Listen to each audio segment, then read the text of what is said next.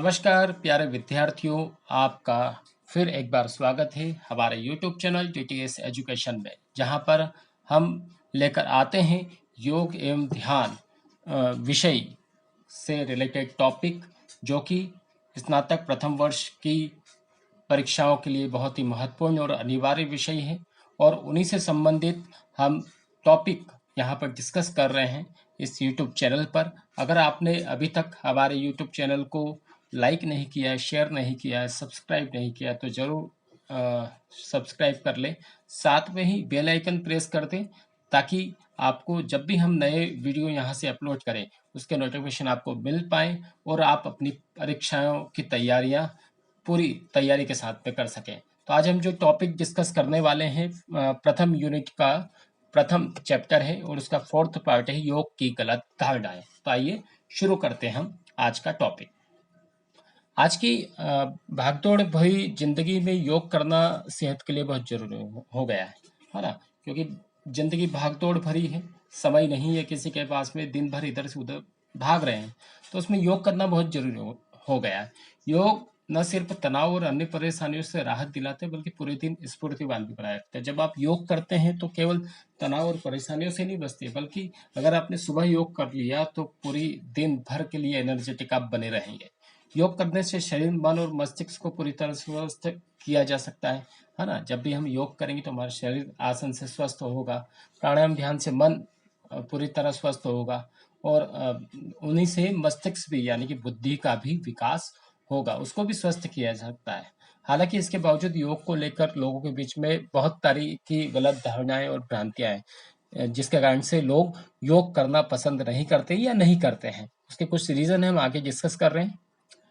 पहला है कि योग के लिए शरीर लचीला होना चाहिए, है ना। बहुत सारे लोग बोलते हैं कि योग करने के लिए शरीर को केवल लचीला होना चाहिए। यहाँ एक आम भ्रांति जो बिल्कुल भी मेरे हिसाब से ठीक नहीं है। योग लगातार या नियमित करते रहने से शरीर स्वयं ही लचीला होता जाएगा और धीरे धीरे हमारा शरीर जो है वो कई कठिन आसनों को करने की ओर अग्रसर हो जाता है। मतलब कई कठिन आसन हम लोग कर पाएंगे अगर रेगुलर उसको करेंगे तो, क्योंकि लगातार योग करने से हम आसनों को करने में अभ्यस्त हो जाते हैं, मतलब हमें उसका अभ्यास हो जाता है। जैसे कि पत्थर को रस्सी से नहीं काटा जा सकता है, लेकिन पत्थर को बार बार एक ही जगह पर रस्सी घिसेंगे तो पत्थर भी कट सकता है ना। तो इसी तरह से शरीर के लचीले होने की आवश्यकता नहीं, ये गलत धारणा है। कोई भी व्यक्ति किसी भी शरीर का मतलब किसी भी अवस्था उसके शरीर की, वो योग कर सकता है। योग करने के लिए जरूरी नहीं कि शरीर लचीला होना चाहिए, धीरे धीरे करेंगे तो जितनी हमारी बॉन कड़क है वो भी लचीली होना शुरू हो जाएगी। अगली एक गलत धारणा है कि स्वस्थ व्यक्तियों को आवश्यकता नहीं। बहुत सारे लोग बोलते हैं कि मैं तो स्वस्थ हूँ, मुझे क्या आवश्यकता है योग करने की। लेकिन यहाँ भी गलत धारणा है, बल्कि स्वस्थ व्यक्ति को तो अधिक लंबे समय तक, अधिक उम्र तक स्वस्थ बने रहने के लिए योग करना अत्यंत जरूरी है। योग करने से क्या होगा कि स्वस्थ तो है, साथ में उसमें रोग प्रतिरोधक क्षमता का विकास होगा, जो बहुत जरूरी है हमारे शरीर के लिए। अगर वो योग करेगा तो कहीं सारी बीमारियां से बचा रहेगा, उसको बीमारियां घेरेगी नहीं, और वो तन मन से पूरी तरह प्रसन्न होगा। और जब बीमार नहीं होंगे तो कहीं ना कहीं धन की भी बचत होगी, अस्पतालों के चक्कर लगाने से भी बचेंगे। तो स्वस्थ व्यक्ति को अधिक लंबे समय तक स्वस्थ रहने के लिए योग की बहुत ही नितांत आवश्यकता होती है। तो इसलिए यह भी एक गलत धारणा है कि स्वस्थ व्यक्ति को योग की आवश्यकता नहीं है, बल्कि उसे तो और अधिक आवश्यकता है। अगली गलत धारणा कि योग करना अत्यधिक महंगा है। बहुत सारे लोग बोलते हैं कि हम क्यों योग करें, बहुत महंगा है, योग सेंटर पे फीस बहुत अधिक है ना, और हमसे अफोर्ड नहीं होती। यहाँ भी एक तरह की गलत और भ्रांतिपूर्ण धारणा है कि आज कई जगहों पर योग केंद्र शासन के द्वारा निःशुल्क चलाए जा रहे हैं या संचालित किए जा रहे हैं। कई गार्डनों में आप देखोगे तो आप वहां पर भी जाकर योग सीख सकते हैं, या न्यूनतम शुल्क पर भी आप योग टीचर से योग सीख सकते हो।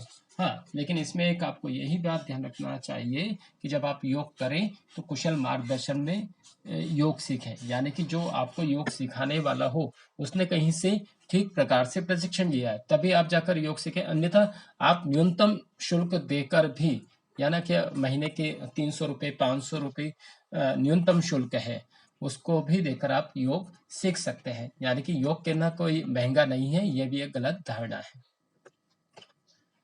योग केवल धर्म विशेष के लिए, यहाँ भी एक तरह की गलत धारणाएं बहुत सारे लोग बोलते हैं। जब भी जैसे सूर्य नमस्कार दिवस आता है, योग दिवस आता है, तो कुछ बोलते हैं कि हमारे धर्म के अनुकूल नहीं है, यहाँ हमारे धर्म के लिए नहीं है। तो योग का धर्म से कोई नाता नहीं है।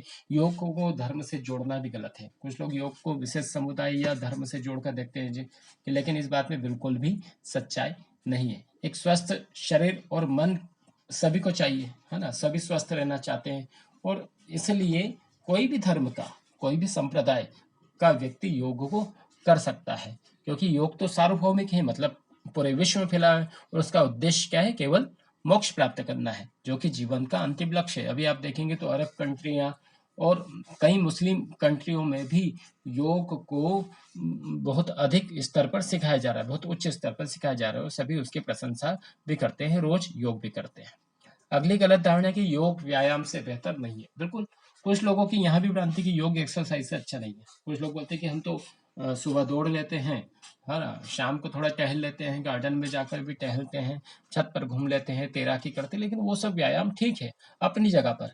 लेकिन योग के माध्यम से केवल शरीर को ही लाभ नहीं मिलता, बाकी सारी चीजें तो शरीर को ही लाभ देगी, लेकिन शरीर को नहीं बल्कि मानसिक और आध्यात्मिक लाभ भी हमें प्राप्त होता है योग करने से, जो कि केवल व्यायाम से नहीं मिल सकता है। व्यायाम करेंगे तो हमें मानसिक लाभ और आध्यात्मिक लाभ नहीं मिल पाएगा, इसलिए योग व्यायाम से कहीं अधिक लाभप्रद और उत्तम है।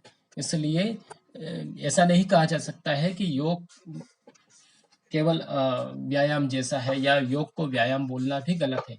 इसलिए यहाँ भी धारणा एक तरह से गलत है कि योग व्यायाम से बेहतर नहीं है, बल्कि लाख गुना बेहतर है। जब आप योग करेंगे तो मानसिक स्तर व आध्यात्मिक स्तर पर उसका लाभ प्राप्त कर पाएंगे।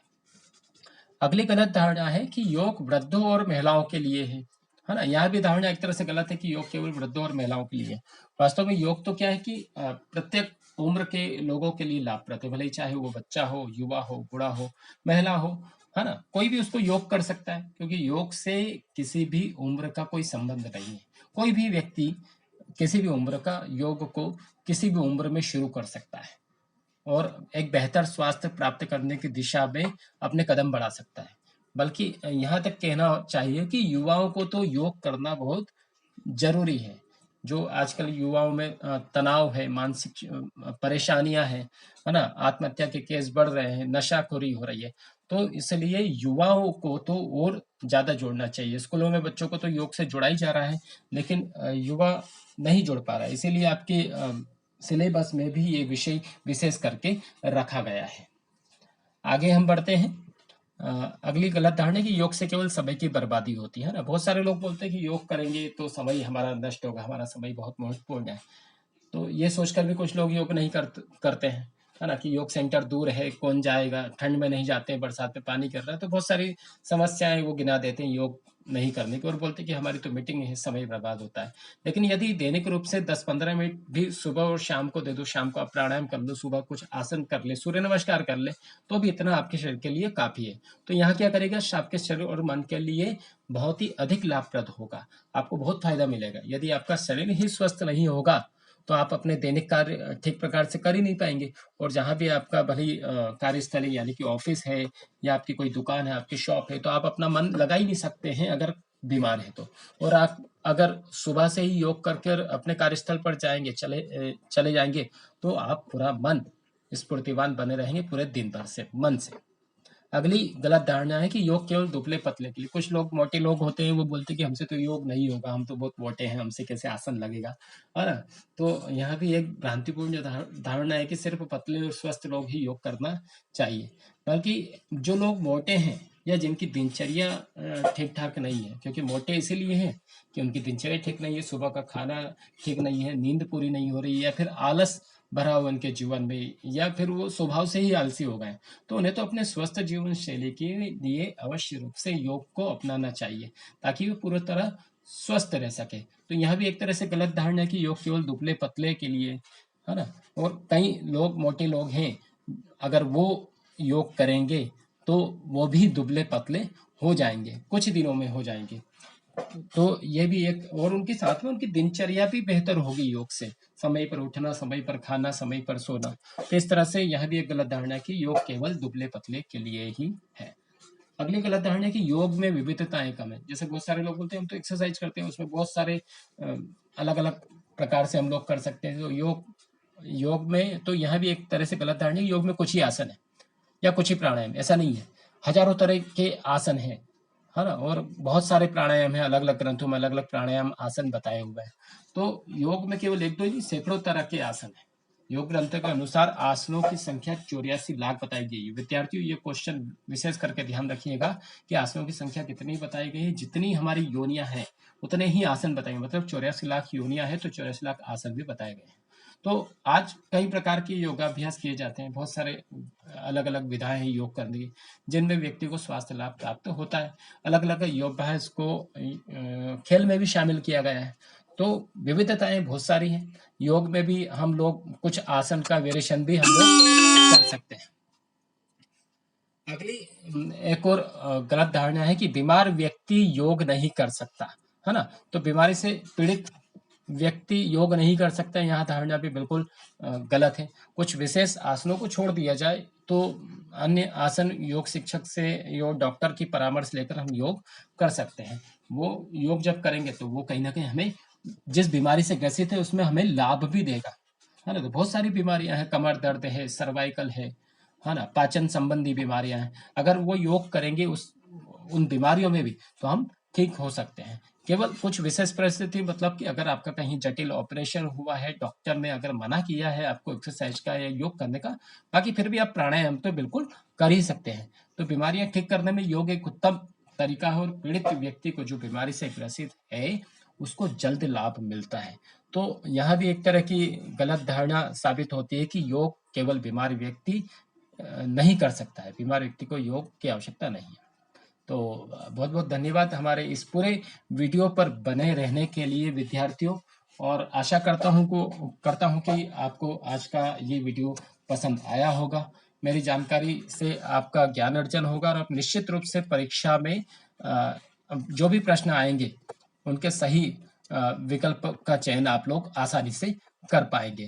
तो आपको फिर मैं बता दूं कि आपका जो पेपर है वो OMR सीट पर होगा, और पेपर में घबराने वाली बात नहीं, हिंदी और इंग्लिश दोनों लैंग्वेज में प्रश्न पूछे जाते हैं। हर प्रश्न के 4 विकल्प दिए जाएंगे, मतलब लिखने का कुछ नहीं। आपको OMR सीट पर पूरा 50 नंबर का पेपर होगा, 1 घंटा आपको मिलेगा, 50 क्वेश्चन भी उसमें रहेंगे। तो हम आने वाले समय में वो भी वीडियो जल्द से जल्द अपलोड करने वाले हैं। तो आपने अगर हमारे चैनल को अभी तक सब्सक्राइब नहीं किया है तो उसे जरूर सब्सक्राइब कर ले। साथ ही अपने दोस्तों को भी ये शेयर करते रहें, ताकि अधिक से अधिक लोगों तक योग एवं ध्यान से विषय से संबंधित सामग्री जा पाए। वीडियो देखने के लिए बहुत बहुत धन्यवाद। लाइक करें, शेयर करें और सब्सक्राइब करें। धन्यवाद।